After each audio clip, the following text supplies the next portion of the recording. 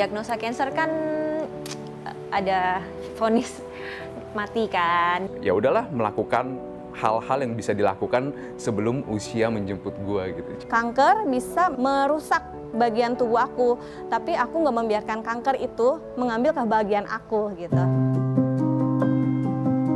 Kanker menjadi penyakit menakutkan bagi banyak orang. Bertahan dan berjuang melawan penyakit yang mengancam jiwa ini bukan hal yang mudah untuk dilakukan. Tapi tidak menyerah adalah pilihan terbaik dalam menjalani dan menikmati kehidupan dengan kekurangan. Pada episode kali ini, kami mengundang beberapa pejuang kanker untuk berbagi perspektif dalam menjalani hidup mereka.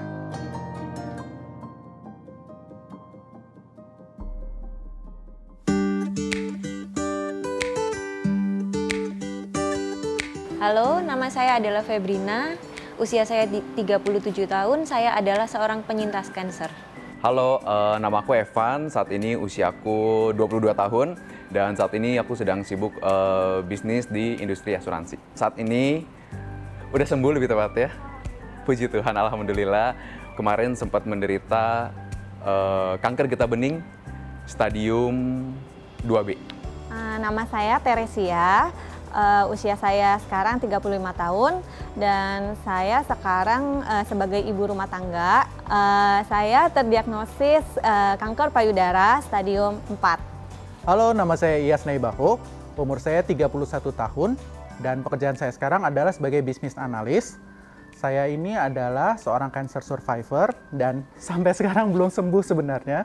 Kanker saya adalah kanker kelenjar getah bening stadium 4.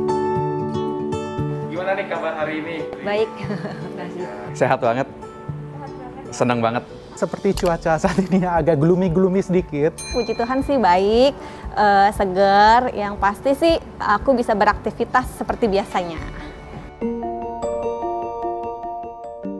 Saya didiagnosa kanker sejak 9 Januari 2017. Tapi sebenarnya suspektifnya sih dari pertengahan 2016. Aku didiagnosis kanker dari tahun 2019 awal, 6 kali kemoterapi, 20 kali radiasi. Puji Tuhan akhirnya sekarang kankernya udah tidak terlihat lagi kalau kata dokter. Saya didiagnosa kanker bulan Juli tahun 2013. Saya di stage 3B breast cancer. Aku terdiagnosisnya itu tahun lalu di bulan Agustus. Aku dinyatakan kanker stadium lanjut sembuh sebenarnya aku bilangnya, langsung stadium 4.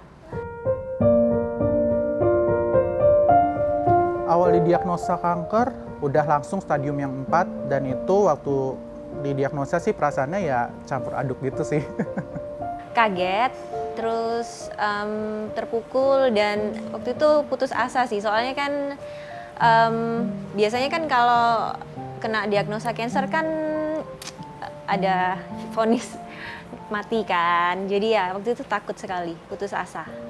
Justru aku bersyukur karena ini ketemu penyakitnya gitu, bukan sesuatu penyakit yang belum pernah ditemukan sama sekali. Kalau penyakit yang belum pernah ditemukan sama sekali, aku malah pusing gitu, aku malah bingung karena susah nih nyembuhinnya. Nah kalau ini kan udah ada sistemnya, udah segala macam, udah tinggal disembuhin dengan baik gitu sih.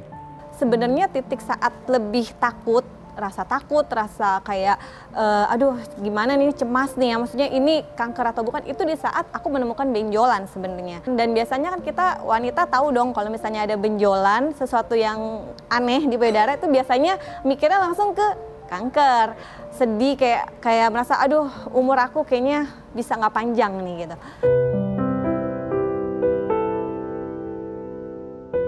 Hal pertama banget sih yang saya pikirkan, ini apa sih yang bisa saya lakukan? Saya memang dari dulu solusi oriented, jadi saya memikirkan apa nih yang harus saya lakukan. Dan saat itu akhirnya saya memutuskan, saya tidak mau langsung percaya terhadap diagnosisnya, dan akhirnya saya second opinion, itu yang saya lakukan pertama kali.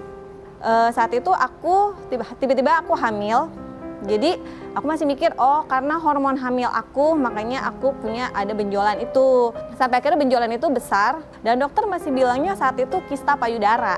Dokter bilang ya udah operasi, sampai akhirnya selesai operasi, dokterku udah bilang nih kayaknya nggak baik. Nah, aku langsung oke deh, ya gue udah willing, ya udah gitu, dan nerima aja.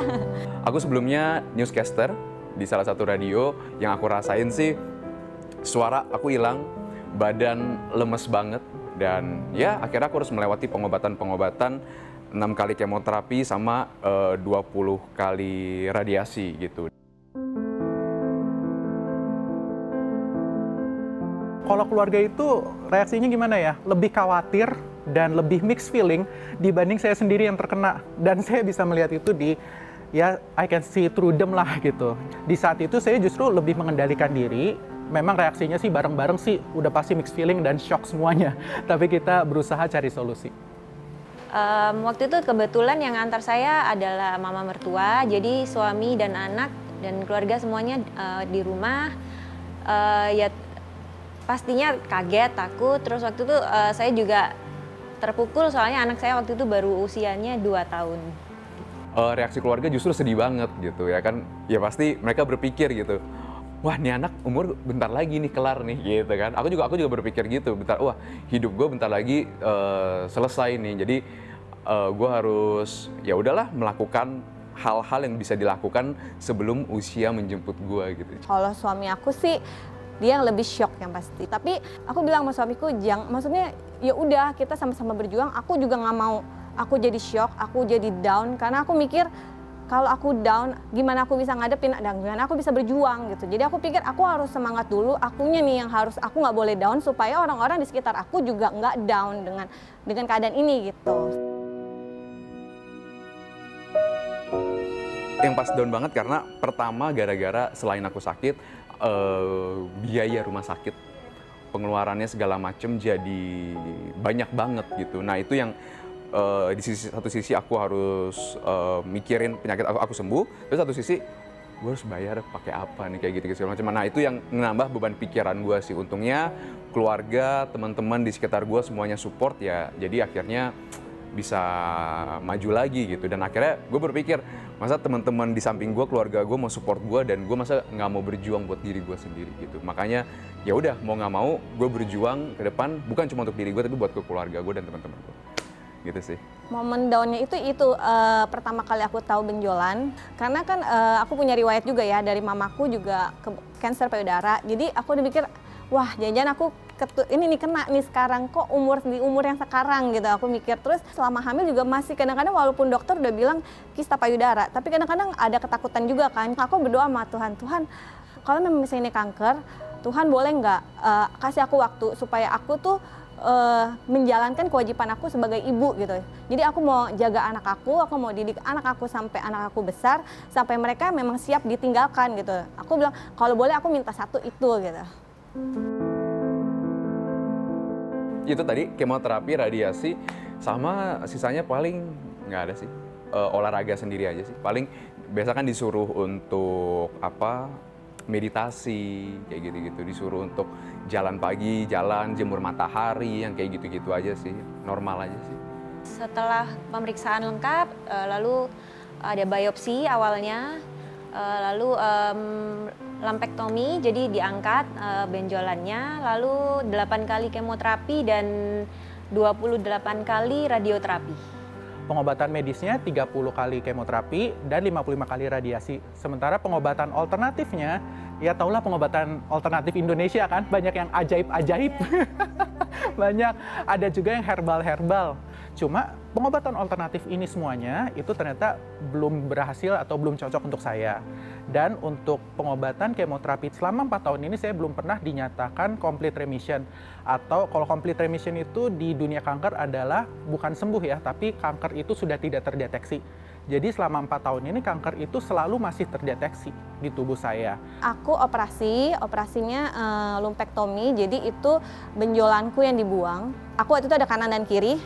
Di sebelah kanan, pertama dicurigainya sebelah kanan, tapi ternyata pas hasil lab kanan kiri sudah menjalar. Waktu itu aku tanya sama dokter, dok kok aku dibuang benjolan ya, nggak dibuang semua nih, nggak apa-apa kalau misalnya mau dibuang, buang aja semua gitu. Aku tanpa payudara ya sudah gitu, aku terima gitu kan. Aku nggak mau ada penyakit di badan aku, bisa dibuang, buang. Aku bilang, Terus dokterku bilang, udah nggak perlu juga karena memang sudah menjalar, tapi kita lihat dulu di kemo. Aku kemoterapi 8 kali dan puji Tuhan hasilnya baik. Sekarang lanjut ke terapi hormon, jadi aku minum obat penekan hormon yang membuat aku tidak haid lagi, menopause dini sebenarnya. Jadi aku dibuat menopause gitu, walaupun umurku masih umur yang belum menopause, tapi ya sudah gitu. Obat yang aku minum itu untuk 10 tahun ke depan. Jadi selama 10 tahun aku minum obat setiap hari, nanti dilihat lagi akankah lanjut atau tidak, yaitu nanti gitu.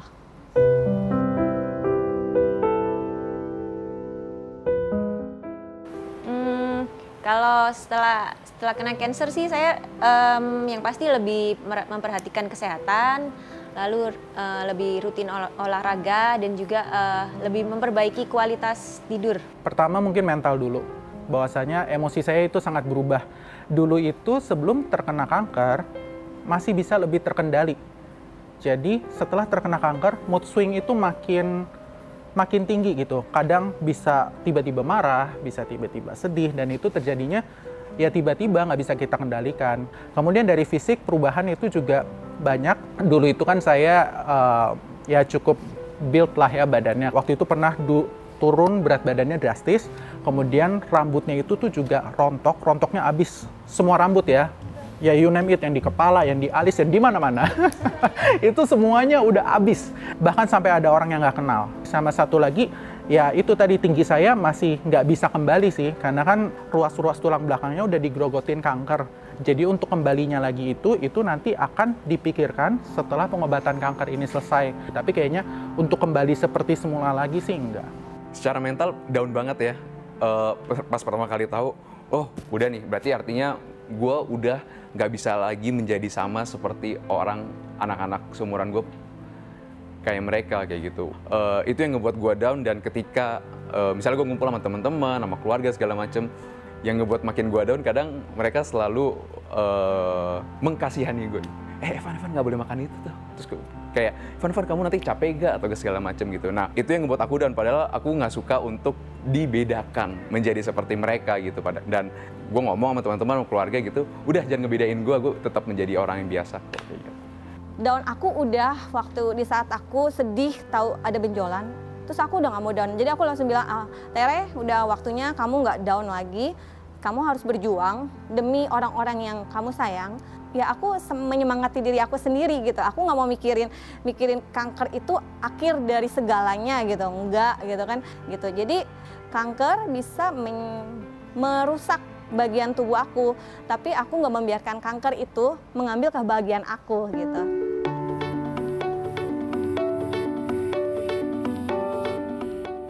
If you were given the choice to live forever, would you want to? And under what conditions? Mungkin tidak ya, soalnya kalau hidup selamanya kan nanti jadi terpisah sama keluarga yang sekarang. And I love my family, jadi no. I love being mortal. What is the thing that you think about the most right now? Apa hal yang saat ini paling sering kamu pikirkan? Yang paling sering saya pikirkan jalan-jalan. Karena saya balik lagi ke orangnya memang doyan jalan-jalan, doyan traveling. Dan itu salah satu cara saya untuk escape lah. Untuk melupakan sejenak rasa sakit saya. Hal yang paling aku cintai dari diriku sendiri. Ini self love banget ya. Suara sih. Kemarin pas aku sakit, suaraku hilang gitu. Istilahnya aku cari sesuap berlian. sesuap berlian tuh dari suara gitu ya kan. Benar-benar kalau ngomong kayak, gua nggak bisa ngomong nih, selalu kayak gini kayak gitu. Gila sih, suara gue ternyata menjadi hidup gue banget, dan puji Tuhan akhirnya sekarang setelah sembuh suara gue bisa balik lagi gitu. Itu yang gue bersyukur sih. Deskripsikan momen di mana kamu merasa paling hidup. Susah juga ya. Aku merasa paling hidup mungkin ketika aku menyelesaikan pengobatan kanker aku. aku dinyatakan sama dokter aku clear, bersih dari kanker. Walaupun bukan berarti sembuh total ya, karena kanker itu tidak sembuh, tapi kanker itu bisa dinyatakan bersih dan dia tuh dianggap remisi, dia itu dianggap tidur. Aku merasa tuh di badan aku dipencet tombol restart diulang, aku menjadi manusia pribadi yang lebih baik lagi setelah aku terdiagnosis kanker itu gitu. Jadi aku yang merubah diri aku harus menjadi lebih baik lagi dengan cara gaya hidup aku rubah lebih baik, aku menjalani pola hidup sehat, makan sehat, berusaha olahraga yang biasanya nggak olahraga kayak gitu deh gitu. Saya pengen memberikan sebuah pesan untuk mencintai diri sendiri dan live your life, baik yang sudah terkena sebuah penyakit ataupun belum. Tetap jaga kesehatan kalian, karena apapun nanti yang terjadi itu memang sudah di luar kuasa kita, tetapi setidaknya kita sudah mencintai diri sendiri. Walaupun kita terkena kanker, walaupun kita terkena sakit, itu bukan merupakan suatu aib, tapi itu merupakan suatu privilege yang Tuhan berikan ke kita supaya nanti ketika kita sembuh kita bisa menginspirasi orang yang lebih banyak lagi. Kalau dulu saya kan kayak take everything for granted, soalnya saya mikir saya pasti akan selalu sehat. Tapi ternyata kan kita nggak pernah tahu, jadi alangkah baiknya kalau kita selalu menjaga kesehatan mulai dari sekarang. Dan juga khususnya untuk para wanita, jangan lupa lakukan sadari, gerakan sadar periksa payudara sendiri. Gue tahu gitu, mungkin di usia kayak kita sekarang kita lagi ambis-ambisnya banget nih untuk ngejar masa depan kita gitu. Beli ini, beli itu, kerja di sini, kerja itu gitu. Sampai kadang kita lupa waktu gitu. Jangan lupa nah teman-teman mungkin harus juga inget sama kesehatan teman-teman. Dulu gue juga gitu, dulu gue kerja nggak pernah inget waktu, dari pagi sampai subuh gue gas terus segala macam tanpa gue inget gue harus istirahat dan yang lain-lain. Gue ada 3 moto, yang pertama work hard, play hard, sama istirahat.